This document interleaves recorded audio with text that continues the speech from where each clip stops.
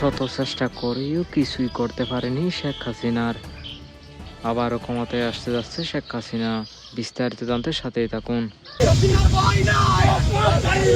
রাজধানীতে নিষিদ্ধ ছাত্রলীগ ও কার্যক্রম স্থগিত থাকা আওয়ামী লীগের গেরিলা প্রশিক্ষণের খবরে চিরুনি অভিযানে নেমেছে আইন শৃঙ্খলা রক্ষাকারী বাহিনী। চুরি, সন্ত্রাসী, ছিনতাই, রাহাজানি, চাঁদাবাজি, টাকার জন্য ভাড়াটে গ্রুপ হিসাবে কাজ করা, অন্যের হয়ে মধ্যরাতের ঢাকা শহরের কোণে কোণে ছড়িয়ে থাকা অলিগলির মধ্যে একটি অন্ধকার গলি। সেখানে একটি পুরনো বাড়ির ভাঙাচোরা দরজার পেছনে মৃদু আলো জ্বলছে। কয়েকটি ছায়ামূর্তি নিচু গলায় কথা বলছে, তাদের কণ্ঠে উত্তেজনা আর। সুপ্রিয় দর্শক, আসসালামু আলাইকুম রহমতুল্লাহ। আশা করি সবাই ভালো আছেন, সুস্থ আছেন। স্বাগত জানাচ্ছি আমাদের আরেকটি নতুন ভিডিওতে। সুপ্রিয় দর্শক মন্ডলী, ভিডিও থাকবে টাইটেল ভিডিওতে অংশ বিশেষ থেকে আপনারা ইতিমধ্যে ধারণা করতে পেরেছেন আজকের ভিডিওটি কতটা গুরুত্বপূর্ণ। সুপ্রিয় দর্শক, নির্বাচনকে কেন্দ্র করে যে রাজনৈতিক অস্থিরতা সৃষ্টি হয়েছে তারই আলোকে আজকের এই ভিডিও। সুপ্রিয় দর্শক মন্ডলী, আমরা আর কথা বলার চলে যাবো সেই সম্পূর্ণ বিস্তারিত আলোচনার দিকে। তার আগে আপনাদের প্রতি ছোট্ট একটা রেখেছি, যা আমাদের এখনো চ্যানেল এখনো নতুন চ্যানেলটি সাবস্ক্রাইব করে লাইক করে শেয়ার করে আমাদের সাথেই থাকুন। পেশার মানুষের উদ্ভব হয়। আমাদের মতো দেশগুলোতে চুরি, সন্ত্রাসী, ছিনতাই, রাহাজানি, চাঁদাবাজি, টাকার জন্য ভাড়াটে গ্রুপ হিসাবে কাজ করা, অন্যের হয়ে বিভিন্ন ধরনের কাজ করে দেওয়া, এই যে শ্রেণীটা, এটা একটা বড় আকার ধারণ করেছে গেল এক বছরে। এক বছর আগে যখন আওয়ামী লীগ ক্ষমতা ছিল, প্রত্যেকটা এলাকা নির্দিষ্ট কিছু মানুষ কর্তৃক নিয়ন্ত্রিত হইতো। যে গলি নাম্বার এটা কথার কথা যে কয়ের দখলে, তো ওই এলাকাতে উইরা এসা জুইরা কেউ বৈশা কোনো ঘটনা ঘটাইতে পারতো না, কারণ যিনি আছেন তিনি গলি নাম্বার থেকে আবার চাঁদা টাদা নিতেন। বেশিরভাগ সময় যেগুলো হয়তো কেউ মাসোয়ারা দিত, কেউ উপঢৌকন দিত, যার বিনিময়ে এক ধরনের সিস্টেম চালু হয়েছিল। কিন্তু সরকার পতনের পর এই যে গড়া দেশ ছেড়া পালাই গেছে বা আন্ডারগ্রাউন্ডে চলে গেছে। এখন এই যে গলি ABC এগুলা চলে গেছে জোরজার দখলদার এই লেভেলে। আর এগুলো গেল এক বছর বিভিন্ন সময় বিভিন্ন ধরনের ঘটনা আমরা গণমাধ্যমে বা টেলিভিশনের মাধ্যমে সোশ্যাল মিডিয়ায় কিন্তু দেখতে পাচ্ছি। এখন এই যে এত শত অস্ত্র, দেশীয় অস্ত্র, চাপাতি, ছিনতাই করার বন্দুক, পিস্তল, বিভিন্ন কিছু, এর মধ্যে সবচেয়ে বেশি যেটা ব্যবহৃত হয় সহজে সহজলভ্য জিনিস, সেটা হচ্ছে দেশীয় অস্ত্র। তো এই দেশীয় অস্ত্রগুলোর আসলে উৎস কোথায়? গতকালকে গভীর রাতে আমাদের সেনাবাহিনী যে জিনিসটা সামনে আনছে, আমি প্রথমত সেনাবাহিনীকে ধন্যবাদ দেই। পাশাপাশি গোয়েন্দা সংস্থাগুলোকে আরেকটু নজর রাখতে হবে যে এরকম বড় বড় খনি আর কোথায় আছে। দর্শক, আমি যদি দেখি, আপনারা ছবিটা দেখছেন, ঢাকার নিউ মার্কেট এলাকায় একটা অভিযান পরিচালনা করেছিল সেনাবাহিনী। সেই অভিযানের মাধ্যমে বিভিন্ন ধারালো অস্ত্রের বিক্রয় কেন্দ্র এবং গুদামের তথ্য ছিল সেনাবাহিনীর কাছে। আর এর পরপরই তারা অভিযান পরিচালনা করে চাইনিজ সামুরাই যে ছুরি আছে, চাইনিজ সামুরাই ছুরি, কুড়াল, তারপরে হচ্ছে চাপাতি, এরপর হচ্ছে আপনার আরো বিভিন্ন ধরনের দেশীয় যে অস্ত্র আছে সেগুলো উদ্ধার করেছে প্রায় 1100টি। ভাবা যায়, এসব অস্ত্রের বেশিরভাগই সন্ত্রাসী কার্যক্রমে ব্যবহৃত হতো। Suhrawardy medical college army camp থেকে আপনার এই ঘটনার পর যে ব্রিফ করা হচ্ছে, বলা হচ্ছে সাম্প্রতিক সময়ে রাজধানীতে কিশোর গ্যাং এবং ছিনতাইকারীদের কার্যক্রম বেড়ে গেছে। এর আগেও গ্রেপ্তারকৃত যে সকল সন্ত্রাসীরা সেনাবাহিনীর কাছে গিয়েছে, তাদের কাছ থেকে এই সামুরাই ছুরি সহ বিভিন্ন ধারালো অস্ত্র উদ্ধার করা হয়েছিল, যা সংবাদ মাধ্যম এবং সামাজিক যোগাযোগ মাধ্যমে ছড়িয়ে পড়ে।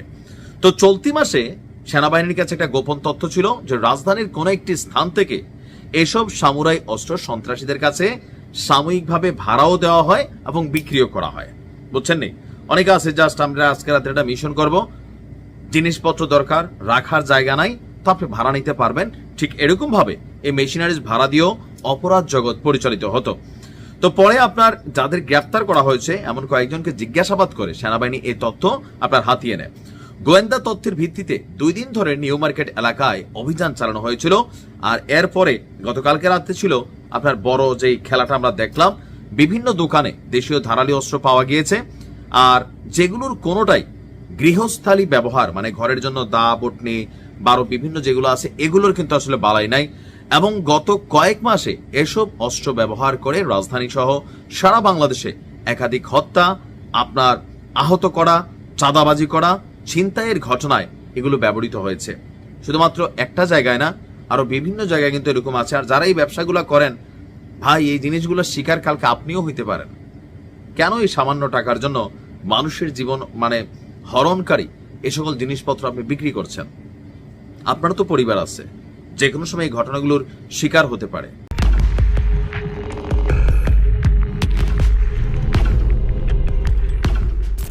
মধ্যরাতের ঢাকা শহরের কোণে কোণে ছড়িয়ে থাকা অলিগলির মধ্যে একটি অন্ধকার গলি।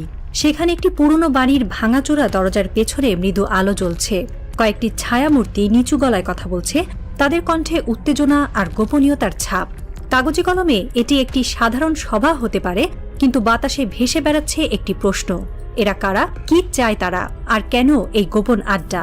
এই দৃশ্য যেন কোনো রাজনৈতিক থ্রিলারের পর্দা থেকে উঠে এসেছে, কিন্তু এটি কোনো সিনেমা নয়, এটি বাংলাদেশের রাজনীতির বর্তমান বাস্তবতা। আগামী 2026 সালের নির্বাচনের আগে দেশের রাজনৈতিক মাঠে এক অদ্ভুত গুঞ্জন ছড়িয়ে পড়েছে। আওয়ামী লীগ, যে দলটি একসময় দেশের রাজনীতির কেন্দ্রবিন্দু ছিল, তাদের কার্যক্রম নিষিদ্ধ, নেতারা বিচারের মুখোমুখি, প্রতীক বাতিল। তবুও ফিসফিস শোনা যাচ্ছে তারা ফিরছে, নতুন প্রতীক, নতুন নাম, নতুন মুখ নিয়ে। কিন্তু এই নতুনত্বের পেছনে কি পুরনো ছায়া লুকিয়ে আছে, নাকি এটি কেবল একটি গুজব যা জনমনে বিভ্রান্তি ছড়াতে চায়? আওয়ামী লীগের নির্বাচনে অংশগ্রহণের খবরে অনেকের চোখ কপালে উঠেছে। কিভাবে সম্ভব?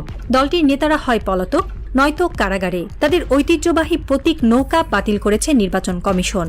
তবুও রাজনৈতিক বিশ্লেষকরা বলছেন এই দল কখনোই মাঠ ছাড়েনি। তাদের হাতে রয়েছে বিপুল পরিমাণ অর্থ, প্রশাসনিক নেটওয়ার্ক এবং রাজনৈতিক কৌশলের অভিজ্ঞতা। এই সম্পদের জোরে তারা এবার নতুন কৌশলে নির্বাচনের মাঠে নামতে চায়। 2024 সালের নির্বাচনের কথা মনে করুন। সে সময় আওয়ামী লীগ নিজেদের প্রার্থীদের বিপরীতে তথাকথিত স্বতন্ত্র প্রার্থী দাঁড় করিয়েছিল। এই কৌশলের মাধ্যমে তারা নিজেদের প্রভাব ধরে রাখতে চেয়েছিল, এমনকি যখন তাদের প্রতীক বা নাম প্রকাশে ছিল না। এবারও কি তারা একই পথে হাঁটছে? গুঞ্জন উঠেছে নতুন নামে, নতুন প্রতীকে, এমনকি নতুন মুখ নিয়ে তারা ভোটের মাঠে আসছে। কিন্তু এই মুখগুলো কি সত্যিই নতুন, নাকি পুরনো আওয়ামী লীগের ছায়া এখনো তাদের পেছনে দাঁড়িয়ে? সামাজিক যোগাযোগ মাধ্যমে গত কয়েক মাসে বেশ কিছু অভিযোগ উঠেছে। ঢাকার বিভিন্ন এলাকায়, বিশেষ করে গুলশান, বনানী আর মিরপুরের কিছু গোপন স্থানে নতুন নতুন প্রার্থীদের প্রশিক্ষণ দেওয়া হচ্ছে। এই প্রার্থীদের প্রচারণা, অর্থায়ন এবং ভোট কেন্দ্র নিয়ন্ত্রণের কৌশল শেখানো হচ্ছে। তাদের অতীত খুঁজে দেখা গেছে বেশিরভাগই কোনো না কোনোভাবে আওয়ামী লীগের শাখা সংগঠনের সঙ্গে যুক্ত ছিলেন। কেউ ছাত্রলীগের সাবেক নেতা, কেউ যুবলীগের কর্মী, আবার কেউ স্থানীয় আওয়ামী লীগের সঙ্গে কাজ করেছেন। সম্প্রতি একটি ঘটনা এই গুঞ্জনকে আরও জোরালো করেছে। গত মাসে একজন সেনা কর্মকর্তাকে আটক করা হয়েছে, যিনি আওয়ামী লীগের কর্মীদের গোপন প্রশিক্ষণ দেওয়ার সঙ্গে জড়িত ছিলেন। এই ঘটনা সরকার এবং নির্বাচন কমিশনের কাছে একটি সতর্কবার্তা। কিন্তু প্রশ্ন হল, এই ধরনের তৎপরতা কতটা বিস্তৃত, আর কতজন এই গোপন খেলায় জড়িত? ফেব্রুয়ারি 2026-এর নির্বাচনের আগে বাংলাদেশের ভোটাররা এক অদ্ভুত দ্বিধায় পড়তে যাচ্ছেন। তারা যাদের ভোট দেবেন তারা আসলে কারা? নতুন মুখের পেছনে কি পুরনো শক্তি লুকিয়ে আছে? নির্বাচন কমিশন বলছে প্রার্থী হিসেবে যে কেউ দাঁড়াতে পারেন, কিন্তু এই সুযোগের অপব্যবহার হবে কিনা তা নিয়ে সংশয় শুরু হয়েছে। একজন সাধারণ ভোটার মোহাম্মদ আলী, যিনি মিরপুরে থাকেন, বলেন নতুন প্রার্থীরা হয়তো পরিচয় দিবেন তারা স্বতন্ত্র, কিন্তু তাদের পেছনে কে আছে তা কি আমরা জানি? এই দ্বিধা শুধু মোহাম্মদ আলীর নয়, লাখো ভোটারের মনে এখন এই প্রশ্ন ঘুরপাক খাচ্ছে। রাজনৈতিক বিশ্লেষক ডক্টর রহিমা খাতুন বলেন, আওয়ামী লীগের এই কৌশল নতুন নয়, তারা সবসময়ই ছদ্মবেশে কাজ করতে পছন্দ করে। 2024-এর নির্বাচনে তারা এই কৌশল ব্যবহার করেছিল। এবারও তারা একই পথে হাঁটছে, কিন্তু আরও সূক্ষ্মভাবে। তিনি আরও বলেন, তাদের অর্থ এবং নেটওয়ার্ক এখনও শক্তিশালী। এই শক্তি দিয়ে তারা নির্বাচনের ফলাফল প্রভাবিত করতে চাইবে। কিন্তু সরকার এবং নির্বাচন কমিশন কি এই তৎপরতা ঠেকাতে পারবে? নির্বাচন কমিশনের একজন কর্মকর্তা নাম প্রকাশ না করার শর্তে বলেন, আমরা সতর্ক আছি, কিন্তু এই ধরনের গোপন কার্যক্রম ধরা কঠিন। যদি কেউ নতুন নামে, নতুন প্রতীকে নির্বাচনে অংশ নেয়, তবে তাদের আটকানো আইনি কোনো ভিত্তি নেই। এই বক্তব্য যেন আরও রহস্যের স্তর যোগ করেছে। গলির মোড়ে, অফিসের গোপন কক্ষে, এমনকি সাধারণ মানুষের ফিসফাসেও একটি প্রশ্ন ভেসে বেড়াচ্ছে, ফিরছে কি শেখ হাসিনা? 2024 সালের সেই ভয়াবহ আগস্টের পর, যখন বাংলাদেশের রাজনীতির সবচেয়ে ক্ষমতাধর নারী নেত্রী অজানার পথে পাড়ি জমান অনেকে ভেবেছিলেন তার রাজনৈতিক অধ্যায়ের সমাপ্তি ঘটেছে। কিন্তু রাজনীতির পাকা খেলোয়াড়রা জানেন শেখ হাসিনার মতো ব্যক্তিত্ব এত সহজে হার মানেন না। তিনি, যিনি বাংলার ফেরাউন নামে পরিচিত, এখনও তার ছায়া ফেলছেন দিল্লির কোনো অন্ধকার কক্ষ থেকে, যেখানে তিনি গোপনে বসে পরিকল্পনা সাজাচ্ছেন। গুঞ্জন শোনা যাচ্ছে শেখ হাসিনার নির্দেশে দেশের গণ্ডি পেরিয়ে আর্থিক লেনদেন চলছে। কূটনৈতিক বৈঠক, গোপন মিটিং আর বিদেশি শক্তির সঙ্গে যোগাযোগের মাধ্যমে তিনি তার রাজনৈতিক ব্র্যান্ডকে জাগিয়ে রেখেছেন। তার সহযোগীরা, যারা ক্ষমতা থেকে সরে গেলেও কখনো নিষ্ক্রিয় হয়নি, এখনো অপেক্ষা করছে একটি সুযোগের জন্য। আর সেই সুযোগের ঝলক দেখা যাচ্ছে 2026 সালের নির্বাচনের দিকে। রাত গভীর হচ্ছে। ঢাকার সেই অন্ধকার গলির পুরনো বাড়িতে আলো নিভে গেছে। ছায়ামূর্তিগুলো এখন অন্ধকারে মিশে গেছে, কিন্তু তাদের ফিসফাস বাতাসে ভেসে বেড়াচ্ছে। আর সেই ফিসফাসের কেন্দ্রে একটি নাম, শেখ হাসিনা, বাংলার ফেরাউন, যিনি ভারতের কোনো অজ্ঞাত প্রাসাদে বসে তার সাম্রাজ্য পুনরুদ্ধারের স্বপ্ন দেখছেন। গুজব ছড়িয়েছে তিনি শেষ নিঃশ্বাস পর্যন্ত বাংলাদেশের রাজনীতির মঞ্চে নিজের ছায়া ফেলে যাবেন। তার নির্দেশে গোপন সভাগুলো চলছে, নতুন মুখোশে পুরনো শক্তি জেগে উঠছে। ভারতের ছায়ায় বসে তিনি কি সত্যি ষড়যন্ত্রের জাল বুনছেন? তার বিশ্বস্ত সেনাপতিরা কি ঢাকার অলিগলিতে তার পরিকল্পনা বাস্তবায়ন করছে, নাকি এটি কেবল একটি মায়া যা ভোটারদের মনে ভয় আর বিভ্রান্তি ছড়াতে চায়? 2026 সালের নির্বাচনের মঞ্চে তিনি কি আবার ফিরবেন নতুন মুখোশে, নাকি তার ছায়া ক্রমশ মিলিয়ে যাবে অন্ধকারে? প্রতিটি গোপন সভা, প্রতিটি ফিসফাস আর প্রতিটি নতুন মুখের পেছনে লুকিয়ে থাকা সত্য কি? ফেব্রুয়ারির ভোটের দিন এলে কি এই রহস্যের জাল ছিন্ন হবে, নাকি বাংলার ফেরাউনের শেষ হাসি আমাদের আরও গভীর অন্ধকারে ঠেলে দেবে?